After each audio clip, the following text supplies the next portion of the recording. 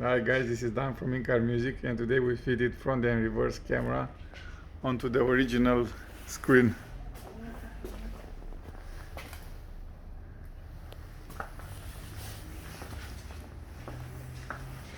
So basically this is an interface which goes on top of the original equipment.